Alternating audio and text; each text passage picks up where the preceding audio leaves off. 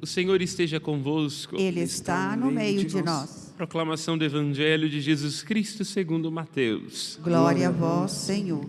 Naquele tempo disse Jesus aos seus discípulos: Não deis aos cães as coisas santas, nem atireis as vossas pérolas aos porcos, para que eles não as pisem com os pés, e voltando-se contra vós, vos despedacem.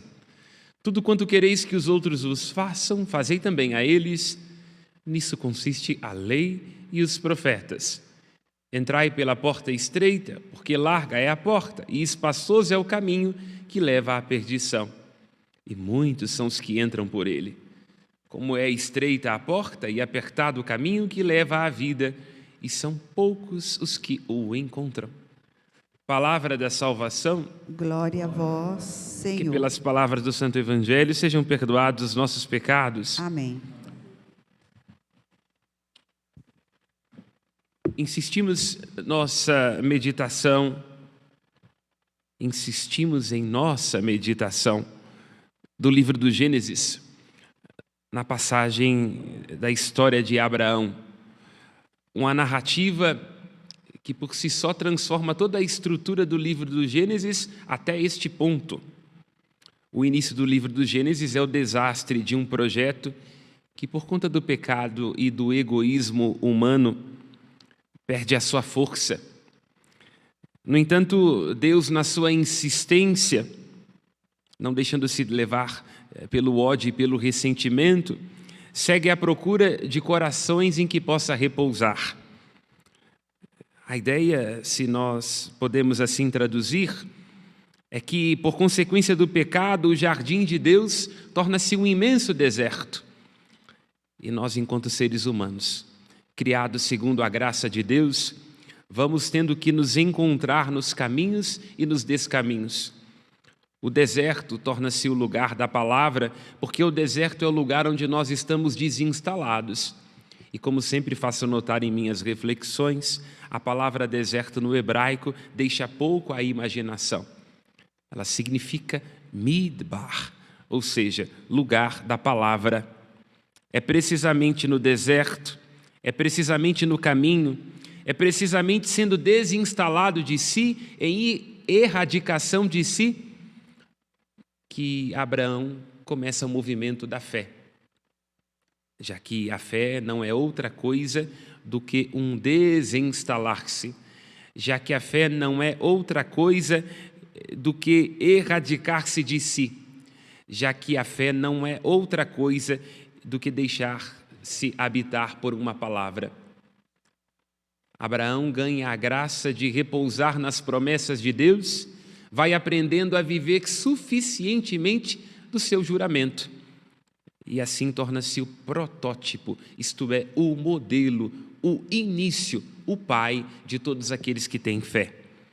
Porque, de alguma forma, na história de Abraão, todos nós nos encontramos. Ele é desinstalado como nós temos que ser.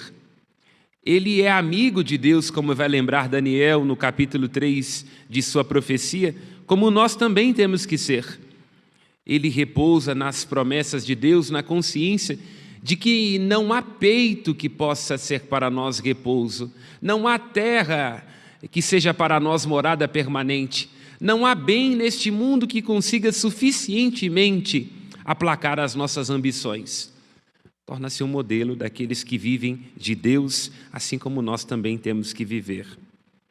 É a respeito disso que fala a primeira leitura, livro do Gênesis, capítulo 13. Abraão era muito rico em rebanhos, prata e ouro. E Ló, seu primo, sobrinho, irmão, o acompanhava, também com suas ovelhas, gados e tendas. E no versículo 7 se diz que surge uma discórdia entre os pastores que cuidavam da criação de Abraão e os pastores de Ló. Discórdia. Esta palavra, assim traduzida, está, na verdade, nos ajudando a perceber a série de desencontros a respeito das quais fala o livro do Gênesis. E o que é que existe por detrás da discórdia no livro do Gênesis? A violência do desejo. Lá onde alguém for devorado pelas próprias ambições, ele se colocará em posição de querer devorar o outro, e sobre ele insurgirá com suas interdições, com seus caprichos e com a sua ambição. Se diz que Eva olha para o fruto proibido, se diz que ele era agradável ao paladar e desejável para obter conhecimento, e assim ela é colocada num estado de discórdia.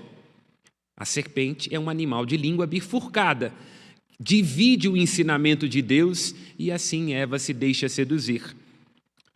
Quando Caim e Abel apresentam a sua oferta, se diz que Deus olha para a oferta de Abel de modo agradável e surge dentro de Caim um sentimento como de um animal. E Deus diz: Caim, toma cuidado, a raiva dentro do homem é como um animal, podes dominá-la? E se diz então que Caim, num ato de discórdia, se precipita contra o seu irmão. No livro do Gênesis, capítulo 11, se diz que Babel era uma cidade onde os homens queriam subir aos céus com a sua glória. No entanto, é assim.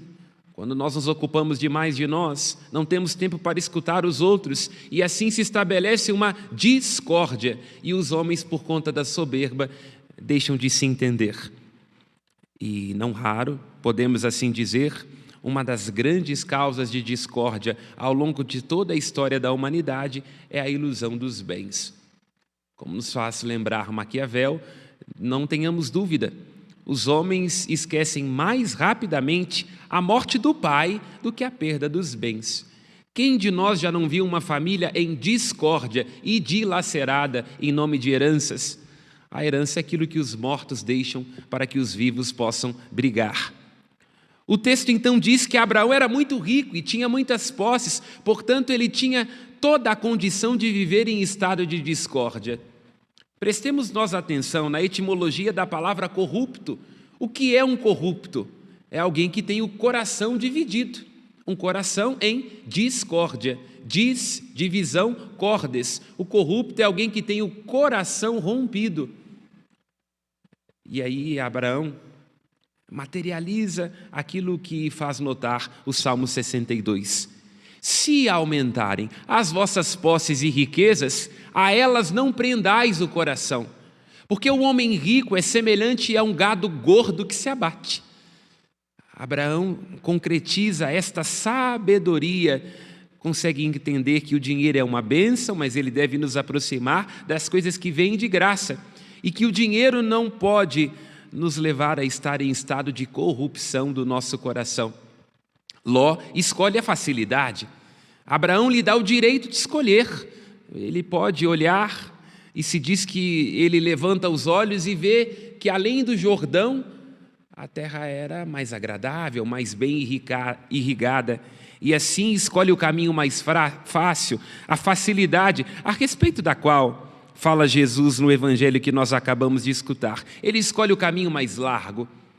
Abraão, no entanto, não tendo o coração corrompido, não vivendo em estado de discórdia, com a cabeça baixa, pode repousar nas promessas de Deus. O texto do livro do Gênesis vai ajudando a perceber, pouco a pouco, que Abraão vai entendendo e percebendo que Deus é a sua riqueza.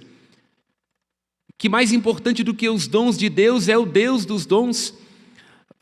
Ló, embora tenha o olho levantado, não é capaz de ver, assim como nós somos uma sociedade de tanto post, de tanta exibição, de tanta ambição, e portanto uma sociedade do cansaço, uma sociedade que vê mal, que posta e que exibe, mas que não tem valores, que é das exterioridades e que não tem identidade. Uma sociedade vítima de si mesmo, perdida de si em nome dos bens que existem neste mundo, que não podem pertencer a todos ao mesmo tempo. Os bens espirituais não. É isto que Abraão sabia, na medida em que ele divide, na medida em que ele vive em generosidade, na medida em que ele se perde de si para poder se reencontrar, ele encontra a grandeza dos bens que não passam.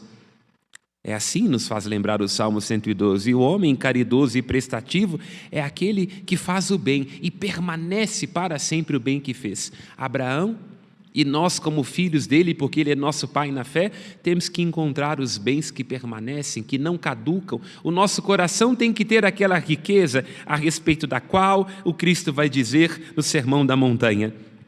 A riqueza que a traça e a ferrugem não corroem e que o ladrão não pode roubar. Encontra esta riqueza, vive em estado de generosidade. E se diz que após Ló fazer a sua escolha e caminhar na direção dos seus bens e das suas ilusões, Deus pede a Abraão que levante os olhos.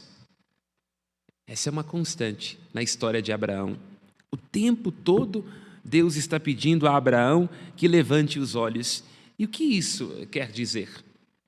É preciso ir ao Salmo 5 para poder entender qual é o significado deste levantar os olhos. O Salmo 131, onde se diz, o salmista se encanta ao Senhor: Senhor, meu coração não é orgulhoso, nem se eleva arrogante o meu olhar. Eu não ando à procura de bens,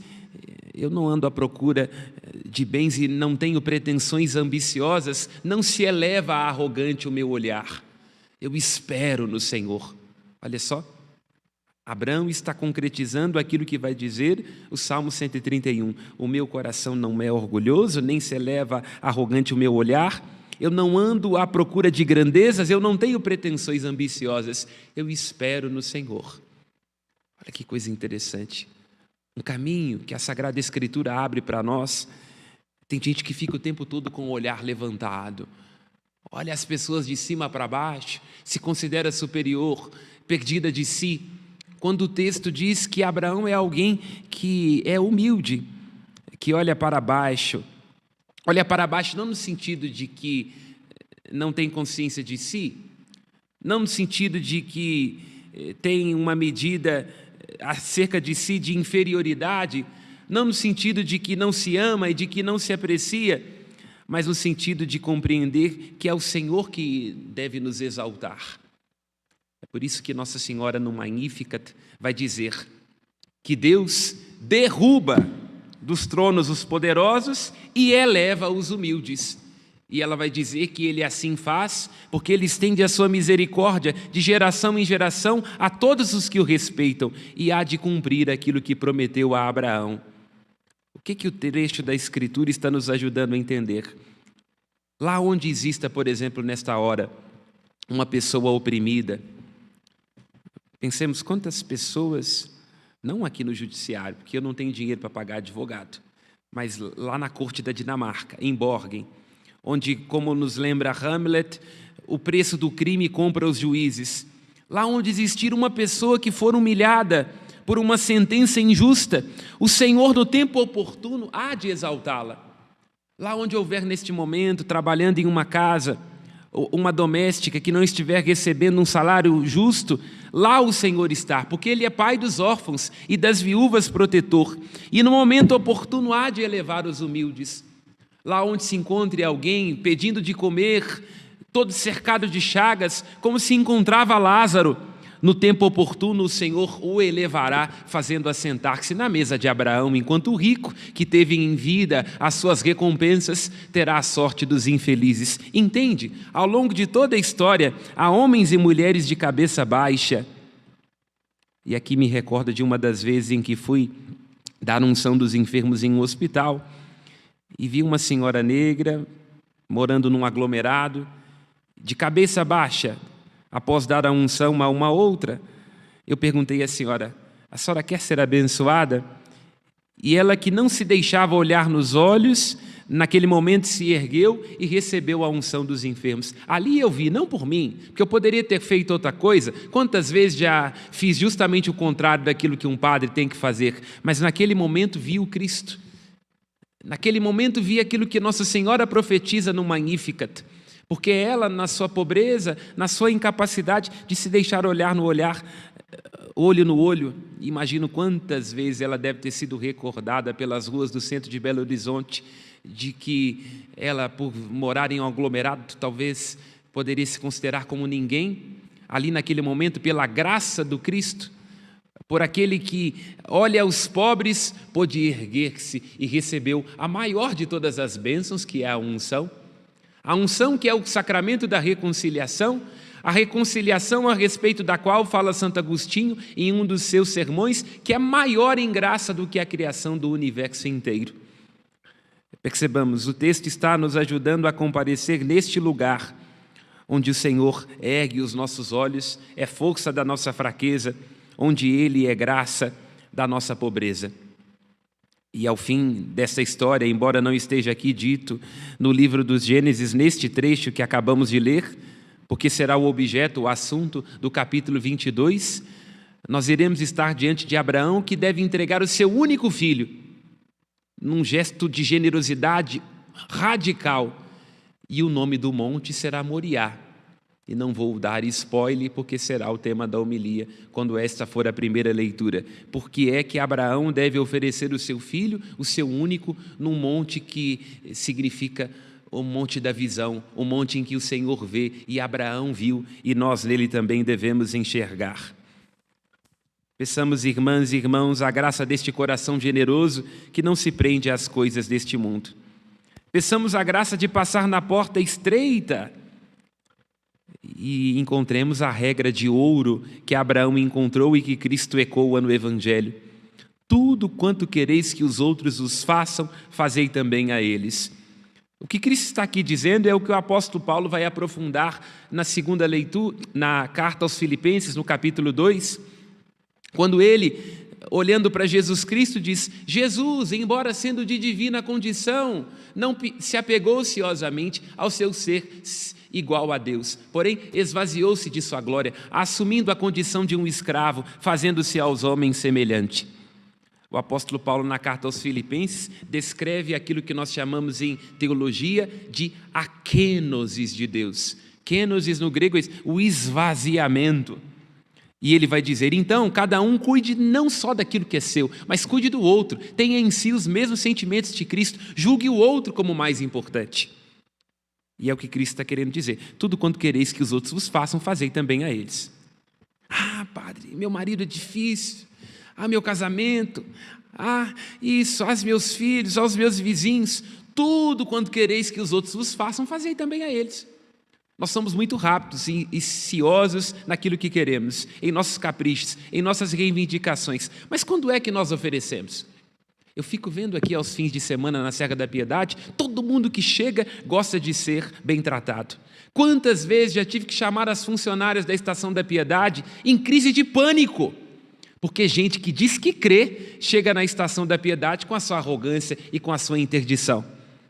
Tudo quanto quereis que os outros os façam, fazei também a eles. Dê o primeiro passo na generosidade, no afeto, na compreensão. Se a coisa não estiver exatamente do jeito que você quer, seja sensível, faça uma sugestão, um apontamento, ao invés de insurgir-se sobre os outros com a sua arrogância. E isto é uma regra de ouro para as nossas relações.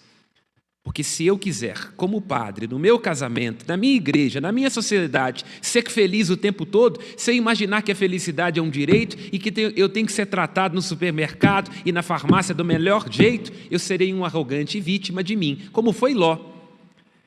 Mas quem busca fazer os outros felizes, quem se dispõe, jamais se decepciona. O compromisso de um esposo, todos os dias, antes de levantar da cama, é olhar para o lado e pensar assim: como eu posso preservar a minha esposa da infelicidade? Como eu tenho que renovar aquela promessa que nós fizemos lá atrás, de modo que ela todos os dias se alegre pelo fato da gente ter desejado seguir uma vida juntos. E tudo isso é possível na medida em que este esposo se perguntar: o que eu quero? Afeto? Compreensão?